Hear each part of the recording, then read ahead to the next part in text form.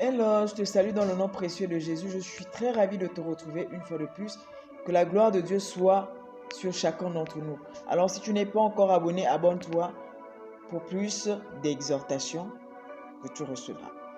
Aujourd'hui, j'aimerais exhorter un chrétien qui travaille pour Dieu avec beaucoup de négligence.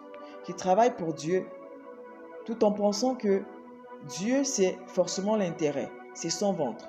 Non. Servir Dieu, c'est prendre la résolution de porter sa croix.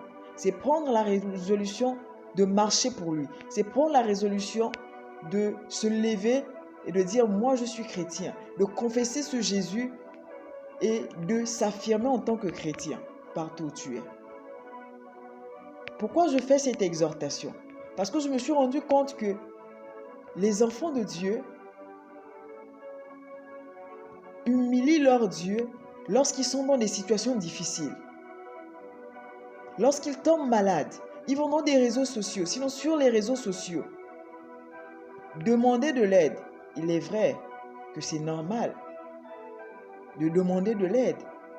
Mais je me suis posé la question de savoir comment expliquons-nous le fait qu'un serviteur fervent de Dieu, un chantre fervent de Dieu, quelqu'un qui a la connaissance qu'il est héritier du roi des rois, qui a la connaissance que Jésus est mort pour lui à la croix, accepte que la maladie domine sur sa vie.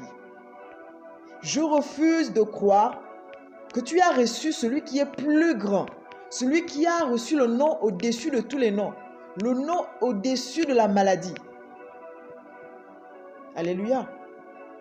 Que tu as reçu celui-là qui a le nom au-dessus de toutes choses et que tu vas, bien-aimé, t'humilier sur les réseaux sociaux parce que tu ne peux pas prier Dieu qu'il te vienne en aide. Parle à la maladie et la maladie va te laisser. La Bible me dit que Ézéchias, dans le livre de 2 Rois, à partir du chapitre 18. Mais la partie qui m'a intéressée, c'est au chapitre 19. C'est le chapitre 20 même, qui m'a vraiment intéressé. Ézéchias était, bien aimé, le roi de Juda. Il est roi à 25 ans. Lorsqu'il devient roi de Juda, il marche dans l'intégrité.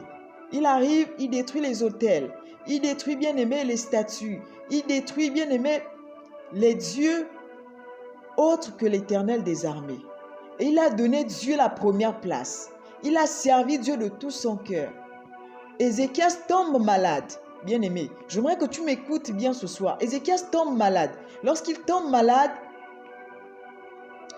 le serviteur de Dieu, Ésaïe, vient lui dire, tu mourras, tu ne vivras pas. Sa maladie normalement était destinée pour la mort. Mais la Bible me dit qu'Ézéchias, lorsqu'il a entendu les paroles d'Ésaïe, il a simplement tourné son regard vers Dieu.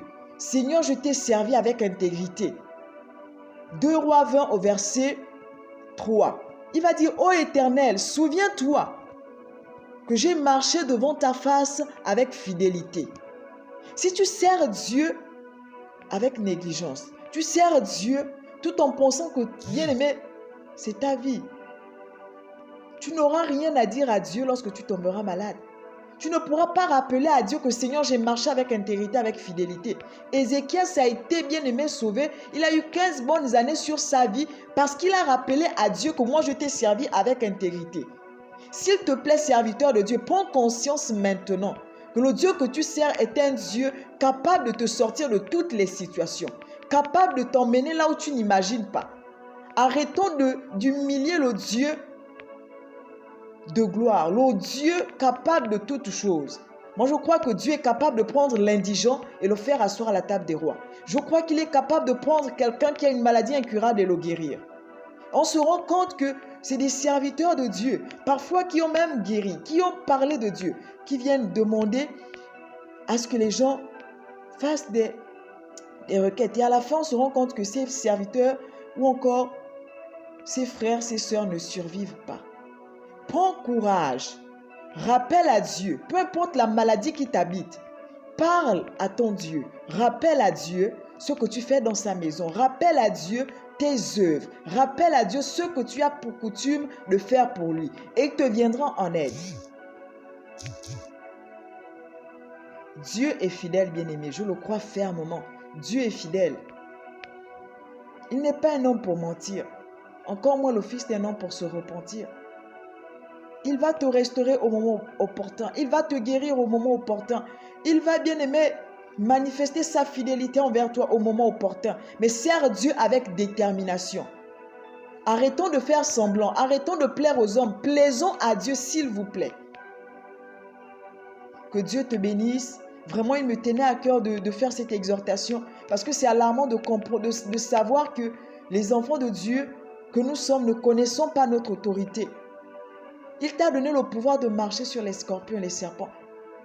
Les scorpions et les serpents peuvent symboliser, peuvent être l'image de la maladie, peuvent être l'image, bien-aimé, des obstacles. Mets Dieu au centre et tu verras, il agira. Que Dieu te bénisse. S'il te plaît, partage ce message à quelqu'un. Envoie-le à quelqu'un qui a besoin d'assurance, qui a besoin de réaliser que Dieu doit être au centre de son service. Abonne-toi si tu n'es pas abonné. Dieu va nous faire du bien. On se retrouve très prochainement.